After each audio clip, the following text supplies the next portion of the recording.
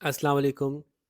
ہم آکسفورڈ کی secondary social studies for Pakistan کی بک 1 جو پیٹر موس نے لکھی ہے اس کی کمپلیٹ ویڈیو سیریز کے ساتھ آپ کے سامنے حاضر ہیں. آج ہم اس کا چیپٹر 19 کور کر رہے ہیں جس میں گندھارا سویلائزیشن کی ڈسکشن ہے. تھوڑا سا دیکھتے ہیں. One of the main centres of Buddhism was Gandhara. Buddhism کی جو بنیادی جو لوگ ان کا سینٹر تھا نا وہ گندھارا تھا. اب گندھارا کیا چیز تھی؟ گندھارا اس زمانے میں ایک اسٹیٹ تھی جو نارتھ ویسٹ پاکستان میں پائی جاتی تھی. تو اگر آپ پاکستان کو ایک ایسی رف آئیڈیا لے لیں تو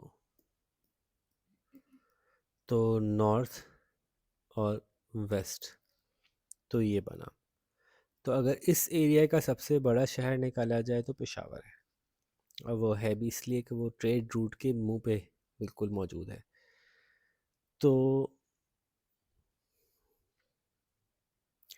یہی انہوں نے کہا کہ north west of Pakistan covering the vale of Peshawar. Peshawar جو ہے وہ ایک وادی ہے پہاڑوں کے بیچ میں، اور پہاڑی کے درمیان جو وادیاں ہوتی ہیں وہ بہت حسین ہوتی ہیں، بہت خوبصورت ہوتی ہیں. تو ان کے نام کے ساتھ ان کو گلوریفائی یا بیوٹیفائی کر کے استعمال کیا جاتا ہے. تو یہ ویلی کی شارٹ فارم ہوتی ہے ویل، اور covering the Vale of Peshawar and parts of the valleys of Kabul and Swat rivers. تو کابل اور سوات ریور جو گزر رہے ہیں جہاں سے، اس کے اور پشاور کے آس پاس کا پورا علاقہ جو ہے یہ گندھارا اسٹیٹ تھی.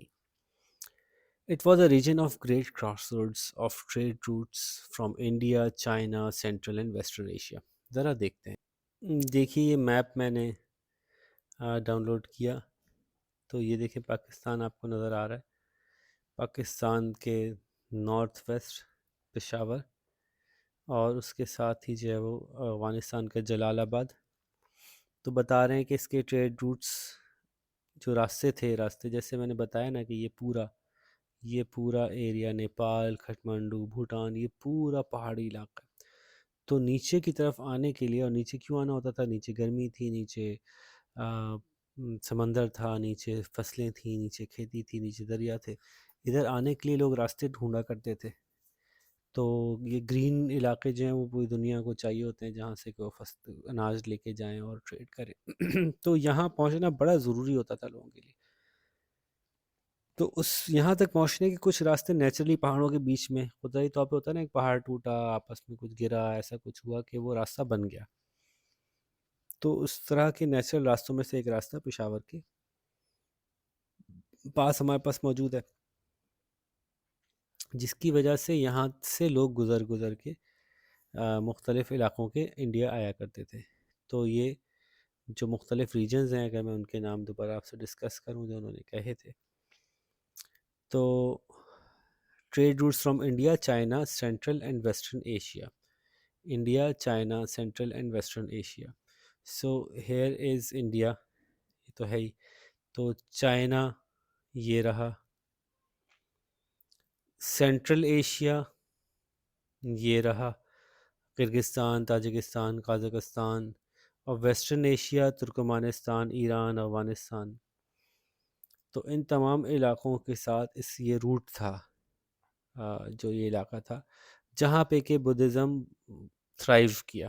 بدھزم وہاں کے لوگوں نے ایکسیپٹ کیا، اس سے اس علاقے میں کا جو ریلیجن تھا بدھزم وہاں پہ پھیلنا شروع ہو گیا. تو یہ ایک ایسا علاقہ تھا جو کہ گریٹ کراس روڈ تھی ٹریڈ روٹس کی. تو ظاہر ہے جو بھی یہاں رہتا ہوگا وہ کافی اکنامکلی ویل آف ہوتا ہوگا. Many sculptors, artists, writers and teachers settle there. بہت سے لوگ، کیونکہ وہاں پہ طرح طرح کے لوگ گزرتے تھے تو ان کو چیزیں خریدنی ہوتی تھیں. ویلدی لوگ ہوتے تھے، مرچنٹس ہوتے تھے. تو پھر جہاں اس طرح کے لوگ گزرتے ہیں تو وہاں پہ ان کو بیچنے کے لیے بہت سے ایسے لوگ جا کے بسنا شروع ہو جاتے ہیں جن کی وہاں پہ پذیرائی ہوتی ہے، ان کو ایکنالج کیا جاتا ہے، ان کی چیزیں خریدی جاتی ہیں، ان کی سروسز ہائر کی جاتی ہیں. تو اسکلپچرز، آرٹسٹ، رائٹرز، ٹیچرز وہاں جا کے سیٹل ہوئے، یعنی وہاں جا کے آباد ہوئے، especially in the capital Taxila, اور اس کا جو کیپٹل تھا وہ ٹیکسلا تھا. وہاں پہ a new style of art was created, particularly in sculpture. Art جو ہے اس کا نیا ٹائپ وہاں پہ کریٹ کیا گیا اسکلپچر کے اندر. اسکلپچر کیا ہوتا ہے؟ مجسمہ سازی، ٹھیک ہے. اور بدھ کی، گوتم بدھ کی جو ہے وہ مجسموں کی کیا بنانے کا لوگوں کو بہت شوق تھا، اور بہت عقیدت سے وہ بناتے تھے، ان کے حساب سے مذہبی عقیدت بھی تھی اس میں، تو اس کے اندر بہت کمال حاصل کیا انہوں نے. This was a result of Greek influence on the local style and culture. کیونکہ پیچھے سے ہم نے بتایا تھا آپ کو کہ الیگزینڈر یہاں سے ہو کے گزرا تھا، تو الیگزینڈر کے جب لوگ یہاں پہ رکے تھے تو ان کا اپنا آرٹ بھی یہاں پہ سروائیو کر گیا، ان لوگوں کی وزڈم، لرننگ، آرٹ. تو وہ جب مکس ہوا اور مختلف دنیا سے آنے والے ٹریولرز اور ٹریڈرز کے ساتھ، ان کے ساتھ جو آرٹسٹ اور اسکلپچر کے ماہرین جو ہیں وہ آئے، تو ان کا اور ویسٹرن یعنی گریکس کا آرٹ مکس ہو کے ایک اور بڑا یونیک اور انٹرسٹنگ امتزاج بنا. تو remains of Gandhara sculpture are also find in present day Swat. آج بھی سوات میں آپ کو گندھارا اسکلپچر کے، مجسمہ سازی کے، یا صرف مجسمہ سازی نہیں بلکہ دیواروں پہ مختلف طریقے کے پتھروں سے نقوش و نگار بنانا، اس کا آج بھی آپ کو نشانات مل جاتے ہیں سوات میں. A famous Chinese scholar, Fa Hsien, who studied there in the 5th century CE, described Texla as a huge, flourishing and prosperous city. ایک 5th century کے اندر ایک اسکالر وہاں پڑھتا تھا، چائنیز اسکالر پڑھنے گیا ٹیکسلا میں، تو اس نے اپنی کتاب میں لکھا ہے کہ ٹیکسلا ایک بہت بڑا اور پھلتا پھولتا اور بڑا امیر شہر ہے، with many monasteries and temples. اب یہ ظاہر ہے بدھزم سے متعلق ہے، تو اس لیے ان کی جو عبادت گاہیں ہیں ان کو موناسٹریز کہتے ہیں، ٹیمپل، گرجا وغیرہ اس طرح کے، جہاں جو عبادت گاہوں میں شمار ہوتی ہیں. soon after this it was destroyed by the invading Huns from Central Asia. پھر ہنز آئے تھے. اب ہنز کون تھے تو اس پہ ہم آگے بات کریں گے. تو یہ سینٹرل ایشیا کی طرف سے آئے تھے. سینٹرل ایشیا میں نے آپ کو دکھایا تھا، ایک دفعہ پھر دکھا دیتا ہوں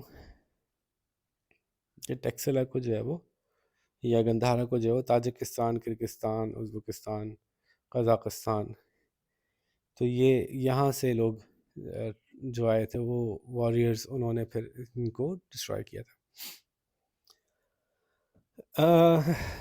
and it did not recover, پھر یہ واپس اپنی گلوری کی طرف نہیں جا سکا. another Chinese scholar Huyen Tsang, visiting the area in the 7th century, described Texla as just a ruin. 5th century میں زبردست تھا، اور صرف 200 سال کے اندر ہی وہ صرف ایک تباہ شدہ حال میں موجود تھا، کھنڈر بن چکا تھا. Even the site of the city was lost, یہاں تک کہ اتنا برا حال ہو گیا تباہی کے بعد اس کا کہ وہ مٹی، گرد و غبار، پتھروں کے اندر دب دبا کے وہ غائب ہی ہو گیا کہ یہاں کوئی شہر بھی تھا. یہ نشانات تک مٹ گئے اس کے کہ یہاں کوئی شہر ہوا کرتا تھا. until archaeologists in the second half of the 19th century، یعنی تقریباً 1860-70 میں کہیں، 19th century بولیں تو مطلب 1800 سم تھنگ ہوتا ہے، تو سیکنڈ ہاف کا مطلب 1850 کے بعد. in the second half of the 19th century discovered and excavated it. excavate کا مطلب ہوتا ہے کھدائی کر کے کوئی چیز باہر نکالنا. یہ لکھ بھی لیجئے گا اپنے پاس، جو ڈیفیکلٹ ورڈز آپ کو لگا کریں نا وہ آپ انڈر لائن کر کے لکھ لیا کریں، تاکہ پھر آپ نے جیسے جیسے میں بتاتا جاتا ہوں ویسے ویسے آپ ان کو اپنے پاس کاپی ڈاؤن کرتے رہا کریں. ٹھیک ہے، تو کھدائی کر کے نکالا گیا کوئی 1850-60 کے درمیان کسی وقت. Today Texla is once again a flourishing and important city. آج پھر ٹیکسلا ایک امپورٹنٹ اور پھلتا پھولتا ہوا شہر ہے. آج بھی پھر لوگ دوبارہ آباد ہو گئے اس جگہ پہ، ان علاقوں پہ، ایگزیکٹلی اسی سائٹ پہ جا کے تو ظاہر نہیں آباد ہوئے، کیونکہ وہ ایک ہیریٹیج ہے دنیا کا، تو اس کو تو سنبھال کے پرزرو کر کے رکھا ہوا ہے، لیکن اس کے آس پاس کے علاقوں میں آبادی پھر ہو گئی. تو آگے چلتے ہیں. After Alexander's death, Greeks settled in Bactria, modern day Afghanistan and Tajikistan. کیونکہ الیگزینڈر کی ڈیتھ کے بعد گریکس جو ہیں وہ افغانستان اور تاجکستان کے آس پاس کہیں جا کے رکے. Again invaded the subcontinent and set up the capital in Taxila and Charsadda. پھر وہ دوبارہ الیگزینڈر کے بعد دوبارہ سے واپس آئے اور انہوں نے ٹیکسلا اور چارسدہ میں انویڈ کیا اور اپنے کیپٹل وہاں پہ سب کانٹیننٹ کو انویڈ کیا، مطلب پورے انڈیا کو انویڈ کیا، اور ٹیکسلا اور چارسدہ کو اپنے کیپٹل بنایا.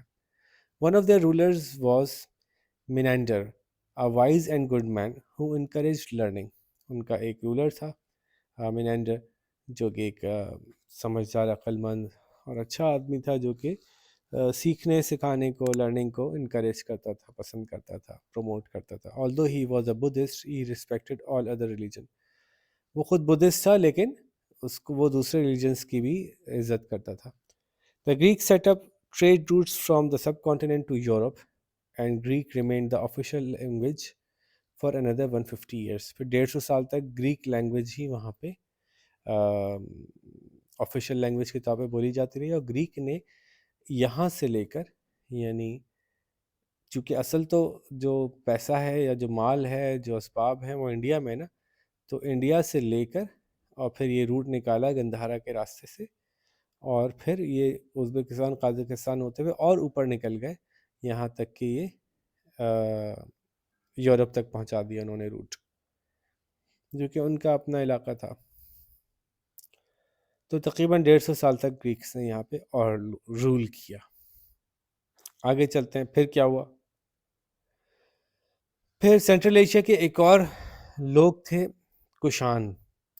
The Kushans were another people from Central Asia who in about 50 CE، اب ہم بہت قریب آ گئے ہیں اپنے ٹائم کے، جو ہمارا نون ٹائم ہے، مطلب اپنے ٹائم سے مراد ہے کہ ہمارا ٹائم نہیں، لیکن اس علاقے کے حوالے سے ہمارا نون ٹائم ہے، مسلمانوں کے اعتبار سے بات کر رہا ہوں.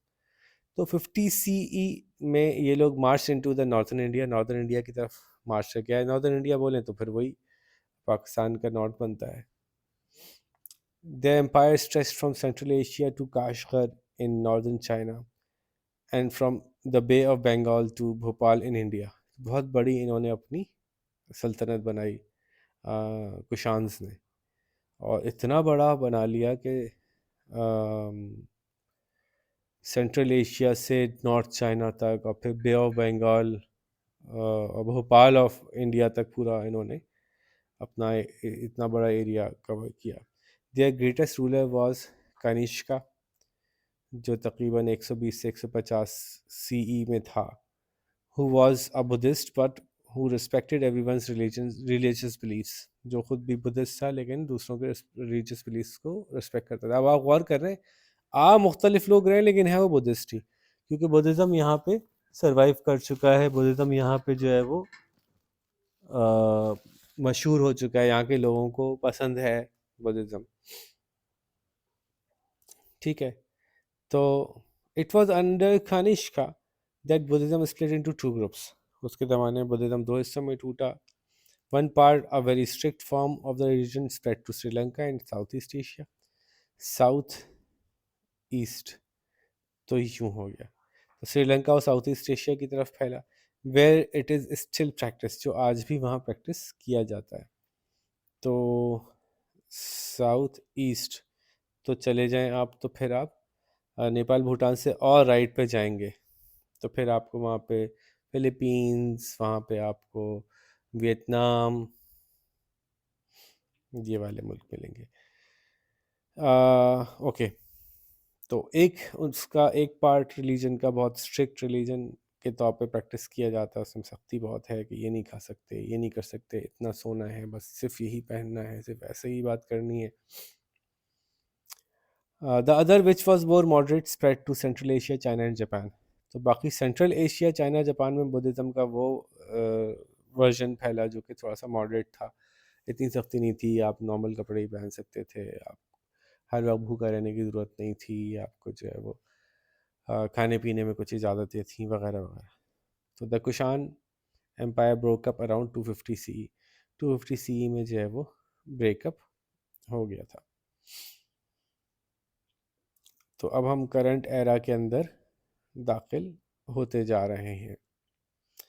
اس کے بعد پھر کون آیا؟ یہ دیکھیں کچھ انہوں نے the remarkable statue has the name Kanishka written across the hem of his dress. یہاں کہیں کنشکا لکھا ہوا ہے. Do you think this clothing was suitable for the hot climate of the northern India? Remember where the Kushans came from.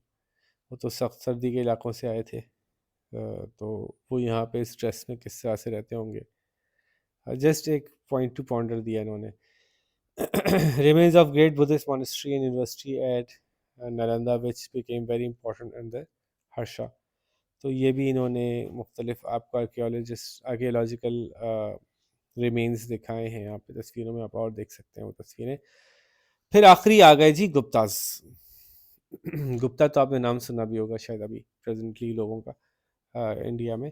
The golden age of the Gupta dynasty began around 350 CE. This dynasty was founded by Chandragupta, an Aryan prince who eventually ruled over a large empire in the northern part of the subcontinent. تو یہ ایک Ariane نسل کے prince تھے. انہوں نے یہاں پہ اپنی دھاک بٹھائی، اپنا رول کیا اور بہت بڑے علاقے کے اوپر انہوں نے راج کیا. However, the invasion of the Huns, an incredibly savage race from Central Asia in 480 destroyed much of this civilization. تو وہ ہنس کی جو میں نے پہلے بھی بتایا تھا کہ ہنس کی جب یہاں پہ ریڈ ہوا تھا، انویژن ہوئی تھی، اس کے بعد یہ پورا تباہ ہو گیا تھا. Huns were finally defeated in 550 and in 606 Harsha began to rebuild the Gupta Empire. Huns کو آخرکار شکست دی گئی 550 میں، اور ہرشا نے جو ہے وہ تقریباً 606 میں یہ امپائر دوبارہ بنانا شروع کیا. The 40 years of Harsha's rule are known as the Golden Age as he promoted education, good government and law and order in the land. Harsha died in 650. اچھا، اب یہ ٹائم آپ دیکھ رہے ہیں. This is the time around the Islam started in the Saudi Arabia.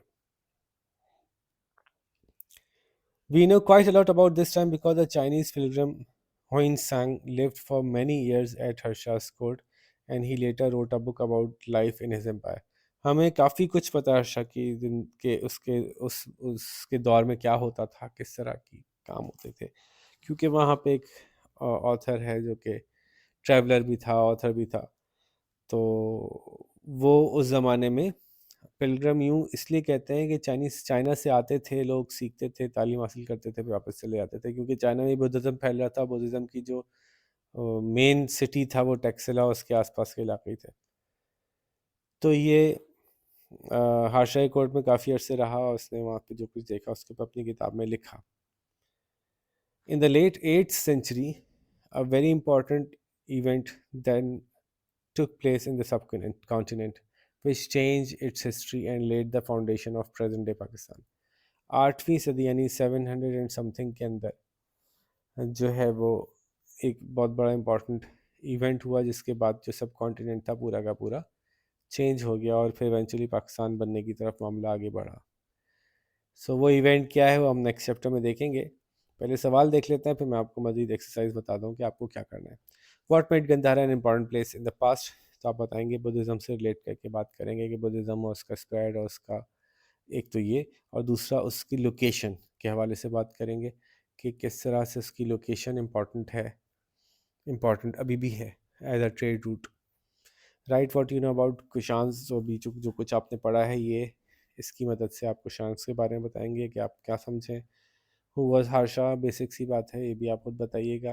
Discuss in class what you have learn from the records of the past 5 اس کو ابھی چھوڑ دیجیے گا، آپ اس کو چھوڑ دیں. میں اس کی جگہ دوسرا اسائنمنٹ دے رہا ہوں. کوشچن نمبر 1 2 3 آپ کر لیجیے گا اور یہ کلاس میں کیجیے گا. کلاس میں بیٹھ کے جب 1 2 3 آپ کر لیں، ٹیچر کو چیک کروا دیں، تو پھر آپ کا ایک اسائنمنٹ ہے.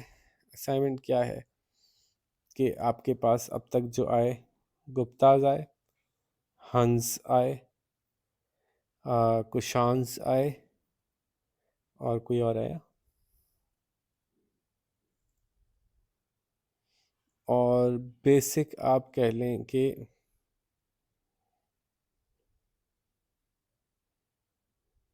ٹھیک ہے یہی سب گندھارا کے یہ سارے یہی رولرز گزرے. تو پھر میں بتاتا ہوں کہ کتنے گروپس بنیں گے. کشان، ہنس اور گپتاز، تین لوگ، تین سویلائزیشن یا تین کہہ لیں ڈائنیسٹیز، شاہی خاندان، ان تین کے بارے میں تین گروپس بنا کے پریزنٹیشن ہوگی. تین تین یعنی تین گروپس اس طرح سے بنا لیں کہ آپ کی کلاس میں آئی بلیو 6 گروپس بن سکتے ہیں، دو دو بچوں کے. تو 6 گروپس بنا لیں اور ایک ٹاپک 2 گروپس کو دیا جا سکتا ہے. اور ٹاپک لینے کا طریقہ یہی ہوگا، پہلے گروپ بنانے کا طریقہ ہوگا کہ سب کے نام ڈبے میں ڈال کے نکال لیں اور ٹیچر ہی نکالیں، جو جو 2 نام ساتھ ساتھ نکلتے جائیں ان کا گروپ بنا دیں. اگر بچے ایک آدھ زیادہ ہو رہا ہو تو آخری گروپ 3 کا کر دیں. کام سارا کلاس میں ہوگا اور ان میں سے پھر اگین ٹیچر ہی پرچی نکال کے 6 دفعہ یعنی ہر نام 2 دفعہ لکھ کے آپ ڈبے میں ڈال دیں، جس کے اندر کہ آپ کے پاس ہنس ہیں، گپتاز ہیں اور کشانز ہیں. تو ہنس کون تھے، گپتاز کون تھے اور کشانز کون تھے، آپ لوگ گھر سے اس کی کچھ پرنٹ آؤٹس لے کے آ سکتے ہیں، جس میں آپ کو دکھانا ہوگا کہ یہ رہا یہ پورا region, East Asia, South East Asia, Central Asia, جو بھی آپ دکھانا چاہتے ہیں سب کانٹیننٹ، اور اس میں یہاں سے یہاں تک ان کا رول رہا. ٹھیک ہے، ایک تو یہ بتائیں گے. پھر ان کے کسی بڑے لیڈر کا کیا نام تھا، تو ایریا آف رول بتائیں گے، بڑے لیڈرز کا نام بتائیں گے اور زمانہ بتائیں گے، یہ کس زمانے میں یہ ہوتے تھے اور کیا خاص بات تھی ان لوگوں کی، کس طرح کا کلچر تھا، کس طرح کی سوسائٹی تھی، اس کے بارے میں کچھ آپ بتائیں گے. تو یہ پریزنٹیشن آپ جو ہے وہ پریزنٹ کریں گے، اس پہ ہم اس چیپٹر کو کمپلیٹ مانیں گے. تب تک اپنا خیال رکھیے گا. اللہ حافظ.